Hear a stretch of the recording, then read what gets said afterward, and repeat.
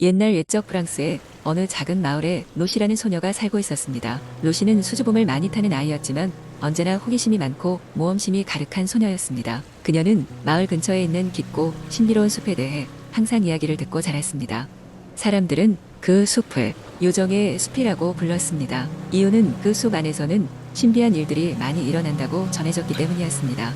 로시는 언젠가 이 요정의 숲을 탐험해 보고 싶다는 생각을 마음속 깊이 품고 있었습니다. 어느 화창한 봄날 아침, 그녀는 드디어 모험을 결심했습니다. 로시는 편안한 옷과 튼튼한 신발을 챙기고 숲을 탐험하기 위한 간식도 조금 준비했습니다. 그리고 부모님께 몰래 편지를 남기고 요정의 숲으로 향했습니다. 숲에 들어서자마자 로시는 주변의 풍경에 감탄했습니다. 청아한 새소리, 나무 사이로 내려오는 햇살, 그리고 피어나는 야생화들까지 모든 것이 너무 아름다웠습니다. 조금 더 깊이 들어갈수록 그녀는 점점 더 숲이 마법에 걸린 듯한 느낌을 받았습니다. 그때 그녀의 눈앞에 작은 요정 한 마리가 나타났습니다. 요정은 자신을 릴리아라고 소개했습니다. 포근한 빛을 뿜어내는 릴리아는 로시에게 용감하게 숲에 들어온 용기에 대해 칭찬하며 그녀에게 특별한 모험을 할 기회를 주겠다고 말했습니다. 로시는 기쁨에 넘쳐 릴리아의 제안을 수락했습니다. 릴리아는 로시를 요정의 마을로 안내했습니다. 요정들의 마을은 로시가 상상했던 것 이상으로 아름답고 활기차게 빛나고 있었습니다. 거대한 나무집과 반짝이는 호수 주변에는 수많은 요정들이 즐겁게 춤을 추거나 웃음을 터뜨리는 모습을 볼 수 있었습니다. 요정들은 로시를 환영하며 특별한 환영 잔치를 열어주었습니다. 잔치 후 릴리아는 로시에게 숲의 숨은 비밀을 알려주기로 했습니다. 릴리아는 말했습니다. 이 숲에는 전설의 마법 나무가 있어. 그 나무는 평화와 희망을 전달하는 씨앗을 만들어 너는 이 씨앗을 찾아야 해. 그것이 숲을 보호하고 사람들에게 행복을 선사할 수 있도록 도와줄 거야. 로시는 릴리아와 함께 숲의 깊은 곳을 탐험하기 시작했습니다. 그 과정에서 그녀는 다양한 마법 생명체와 친구가 되었습니다. 노래하는 나무, 날아다니는 별똥별 그리고 작은 요정 동물들까지 함께한 순간들은 매 순간이 놀랍고 환상적이었습니다. 며칠 동안의 탐험 끝에 마침내 로시는 전설의 나무를 발견했습니다.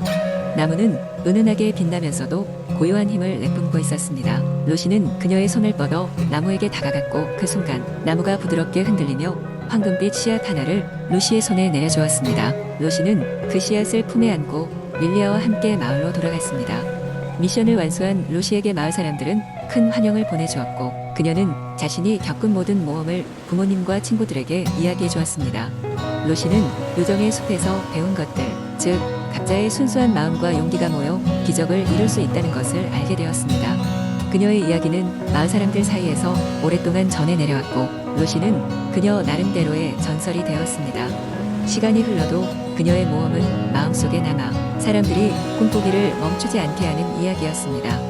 두 번째 이야기, 옛날 옛적 프랑스의 한 작은 마을에 5 왕자가 살고 있었습니다. 그들은 왕과 왕비의 아들들로 각각 개성과 재능이 넘치는 청년들이었습니다. 왕자들은 누구나 인정하는 똑똑함과 용기를 지니고 있었지만 자신들의 진정한 운명을 찾지 못한 상태였습니다. 어느 날 마을의 한 노파가 성을 찾아와 왕자들에게 마법의 숲에 대한 이야기를 들려주었습니다. 전설에 따르면 그 숲에는 각자가 진정 원하는 것을 이룰 수 있는 기회의 문이 숨겨져 있다고 했습니다. 단 그 기회를 얻기 위해서는 각자의 길을 찾아야 하고 자신만의 시험을 통과해야 한다고 했습니다. 왕자들은 전설 속 이야기에 마음이 끌렸고 각자 자신의 운명을 찾기 위해 숲을 탐험하기로 결심했습니다. 그들은 왕의 허락을 받고 마법의 숲으로 떠났습니다. 첫째 왕자 피에르는 지혜의 힘을 갈망하며 숲으로 들어갔습니다. 그는 자신의 필요 이상의 욕심이 시험의 장벽이라는 것을 깨닫고 진정한 지혜는 겸손함과 타인을 이해하는 것에 있음을 배우게 됩니다. 피에르는 마침내 자신의 진정한 내면을 찾고 마법의 책을 얻게 됩니다. 둘째 왕자 로이의 목표는 강력한 무기를 찾는 것이었습니다. 그는 무수한 시련과 적을 마주했고 그 과정에서 진정한 힘은 물리적인 힘이 아니라 마음의 용기와 정의에 있음을 깨달았습니다. 로이는 시험을 통해 진정한 정의의 검을 얻고 돌아왔습니다. 셋째 왕자 앙투아는 대자연과의 교감을 원했습니다. 그는 숲속의 생명체들과 친구가 되었고 그들과의 상호작용을 통해 자연의 진정한 아름다움과 힘을 알게 됩니다. 앙투아는 자연과의 조화를 이루며 숲의 수호자인 요정들의 도움을 받아 자신이 찾던 마법의 씨앗을 얻게 됩니다. 넷째 왕자 줄리아는 사랑을 찾길 원했습니다. 그는 숲속에서 만난 신비로운 여인과 사랑에 빠져 그녀와 함께 시험을 통과하게 됩니다. 서로에 대한 믿음과 헌신을 통해 그들은 숲의 마법이 허락한 사랑의 잔을 얻습니다. 줄리앙은 자신이 찾던 사랑을 마음에 품고 돌아왔습니다. 마지막으로 다섯째 왕자 테오는 자신의 존재의 의의를 탐구하고 있었습니다. 그는 숲속에서 길을 잃은 한 아이와 함께 여정을 떠나게 됩니다. 테오는 아이를 돌보며 자신의 책임감과 타인을 돕는 기쁨을 깨닫고 자신이 누구인지 알게 됩니다. 이를 통해 그는 자신의 존재가 타인과의 관계 속에 진정한 의미를 가진다는 사실을 배웁니다. 왕자들은 각각의 여정을 통해 자신의 운명을 찾았고 경험들을 통해 서로의 연대를 더욱 견고히 하였습니다. 마을로 돌아온 왕자들은 자신의 새로 찾은 지혜와 힘을 통해 평화롭고 화합된 왕국을 만들기로 결심했습니다. 그들은 함께 힘을 합쳐 그들의 나라를 이끌었고 왕국은 오래도록 번영하였습니다. 그리하여 마법의 숲은 선조의 지혜를 후세에 전하는 이야기가 되었고 왕자들의 전설은 꿈과 희망을 이야기하는 프랑스의 동화로 길이 남게 되었습니다. 세 번째, 이야기 옛날 옛적. 프랑스의 리옹이라는 작은 마을에 아름다운 공주가 살고 있었습니다. 그녀의 이름은 앨리스였으며 그녀는 모든 사람의 사랑을 받았습니다. 앨리스 공주는 아름다운 금발머리와 푸른 눈을 가진 참으로 매혹적인 존재였습니다. 리옹은 평화로운 마을이었지만 어느 날 갑자기 정체 모를 악당이 나타나 마을에 저주를 걸었습니다. 그의 이름은 모르겐트로, 암흑의 힘을 가진 마법사였습니다. 그는 앨리스 공주의 아름다움에 반하여 그녀를 납치하려 했지만 왕의 충성스러운 기사들이 이를 막아냈습니다. 하지만 모르겐트로는 단념하지 않았습니다. 그는 앨리스 공주에게 저주를 걸어 그녀가 만 18세가 되는 날 그녀의 아름다움이 영원히 사라지게 만들었습니다. 이 소식을 들은 왕과 왕비는 대단히 슬퍼하며 프랑스 전역의 현자들에게 도움을 요청했습니다. 얼마 지나지 않아 한 늙은 드루이드가 왕궁에 찾아와 말했습니다. 공주님의 저주를 풀기 위해서는 진정한 사랑의 눈물이 필요합니다. 그러나 그것은 진정으로 공주님을 사랑하는 자의 눈물만이 저주를 해소할 수 있습니다. 이렇게 말한 드루이드는 홀연히 사라졌습니다. 앨리스 공주를 사랑하는 많은 젊은 귀족들이 이 저주를 풀기 위해 도전했지만 누구 하나 진정한 사랑의 눈물을 흘릴 수 없는 상태였습니다. 그러던 중 한 평범한 농부의 아들 루카스가 이 소식을 듣고 왕궁을 찾아왔습니다. 루카스는 어릴 적부터 마을 축제에서 앨리스 공주를 멀리서 바라보며 그녀를 동경해왔던 소년이었습니다. 루카스는 용감하게 왕에게 다가가 말했습니다. 폐하, 제가 앨리스 공주를 진정으로 사랑합니다. 그녀를 하루라도 보지 못하면 제 삶은 의미가 없습니다. 왕은 그의 진정성 있는 말에 마음이 움직여 마지막 기회의 문을 열어주기로 했습니다. 루카스는 앨리스 공주를 만나러 갔고 그녀를 바라보는 순간 눈물샘이 터져 그녀의 손등에 눈물이 떨어졌습니다.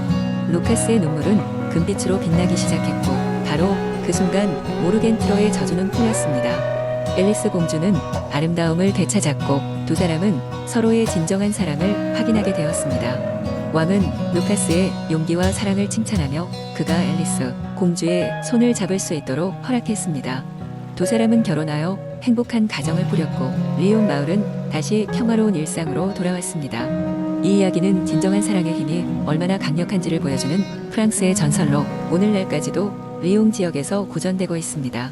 네 번째, 이야기 옛날 옛적. 푸르른 산맥과 넓은 호수가 둘러싼 프랑스의 작은 마을이 있었습니다. 그 마을에는 아름다운 성과 그를 둘러싼 깊은 비밀이 있었습니다.